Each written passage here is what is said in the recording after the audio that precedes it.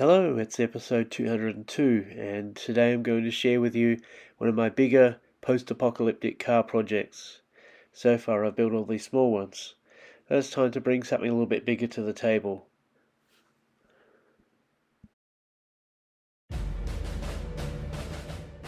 The first step was to get out these pretty stubborn rivets. I used the Dremel tool, and while I had it out, I also put in some marks on the side of the truck.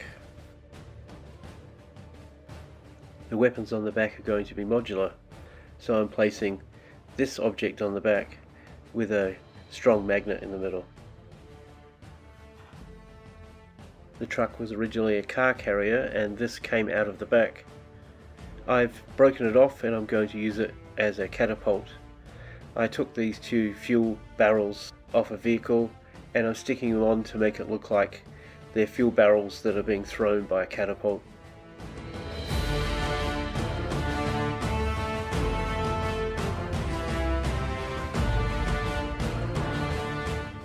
The base of this piece is a New Zealand coin. The advantage is New Zealand coins are magnetic, so it will attach straight to the magnetic part on the truck.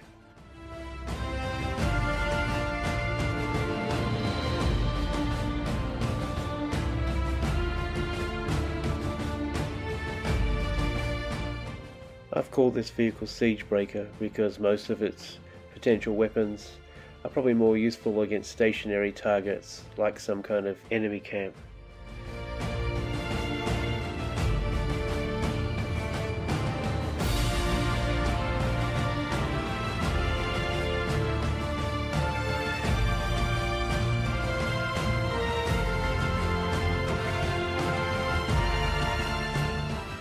The second modular weapon option is this tank turret. I've added using mealy putt some sandbags around the edge. I used some of the sandbags to build up a defense on the cabin roof as well. Here I'm adding some spikes in front of the window just to make it a little bit harder for anyone who climbs up onto the hood.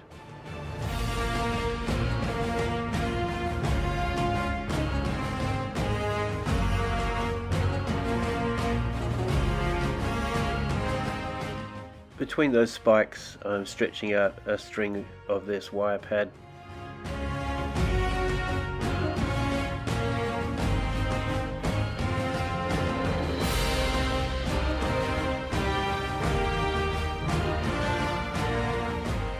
As I'm showing you the wire, you'll notice I've also put a plough onto the front of the truck. This comes from some of the glass from another car that I've broken apart.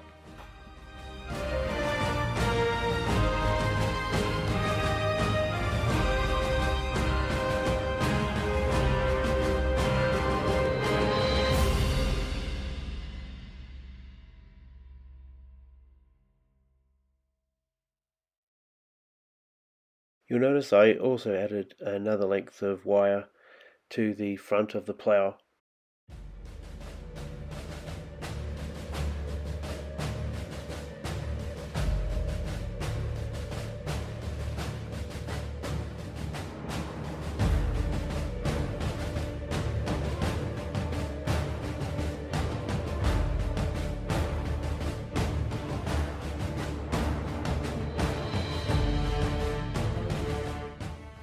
I'm going to put these lengths of hacksaw blade along the edges of the tray.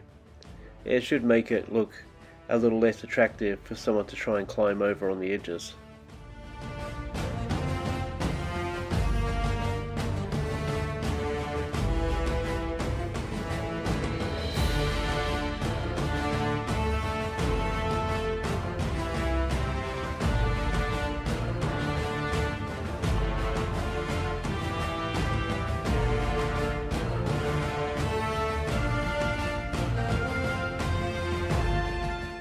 I wanted to make it look like the things that sat on the back of the truck could work as an actual moving turret. So I'm putting something that resembles a motor in this section, and I'm going to connect it to that central shaft with a drive chain.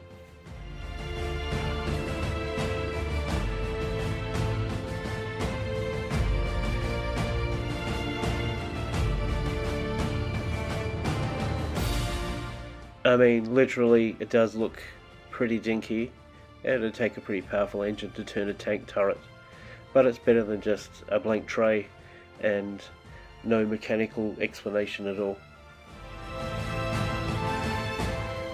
This bell is going to become a wrecking ball that sits on the back of the truck. It's got a length of chain attached to it. The idea would be that if the truck was being closely followed by another vehicle, it could let out the chain and this ball would bounce around with all these spikes on it, causing carnage to whatever happened to be sitting directly behind it.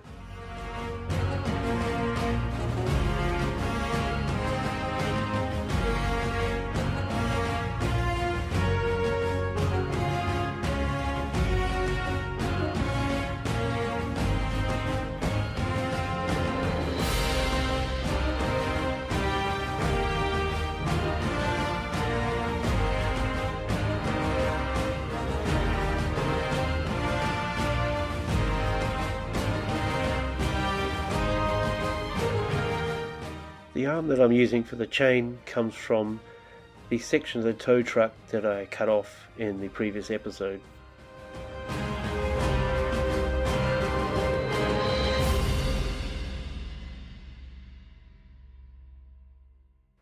You may notice that I also use some of those sandbags around the back of the truck as well.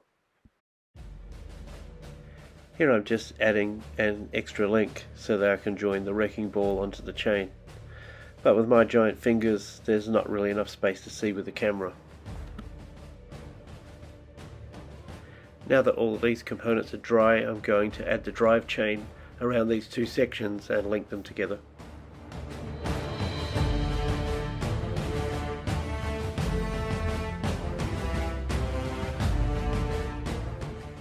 To make it seem a little bit more realistic, I made sure that I didn't let the chain rest on the flatbed, and that I kept it up in line with the cog and the section that was similar on the middle part.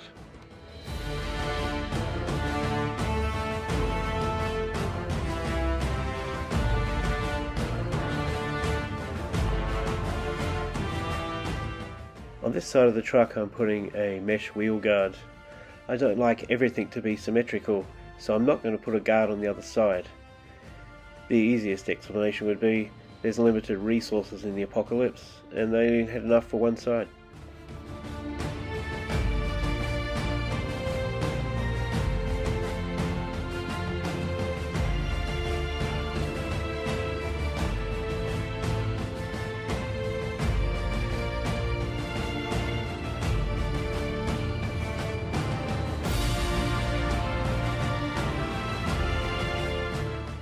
This particular wire mesh is from an old fish filter. I find it good to have as many different types of mesh as possible.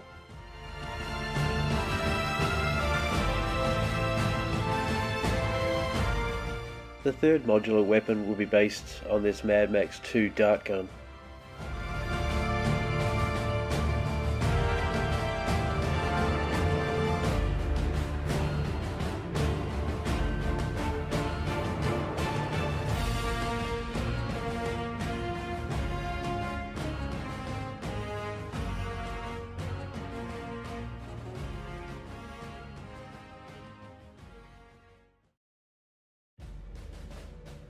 I've made the rack of pipes, and inside for the darts I'm going to use dressmaker's pins.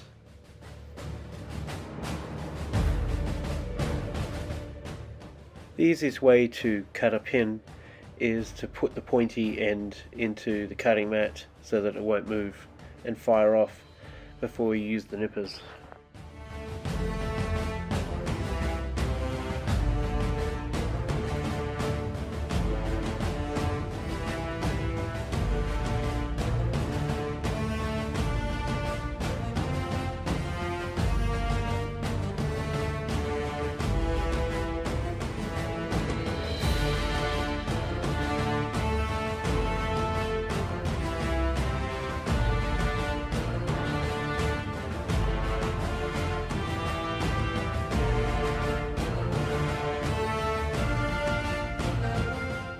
I decided that I wanted to have this weapon with a seat mounted on the side so that the person could aim and fire.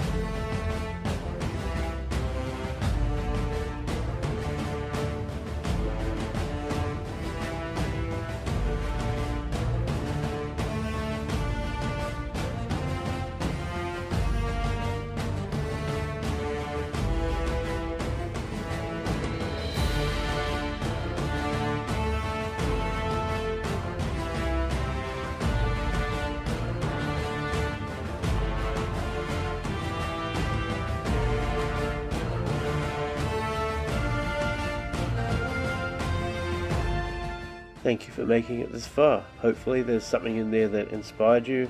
Hopefully you enjoyed the video enough to like, maybe subscribe. Either way, I'm really hoping that I'll catch you next time. Till then, bye bye.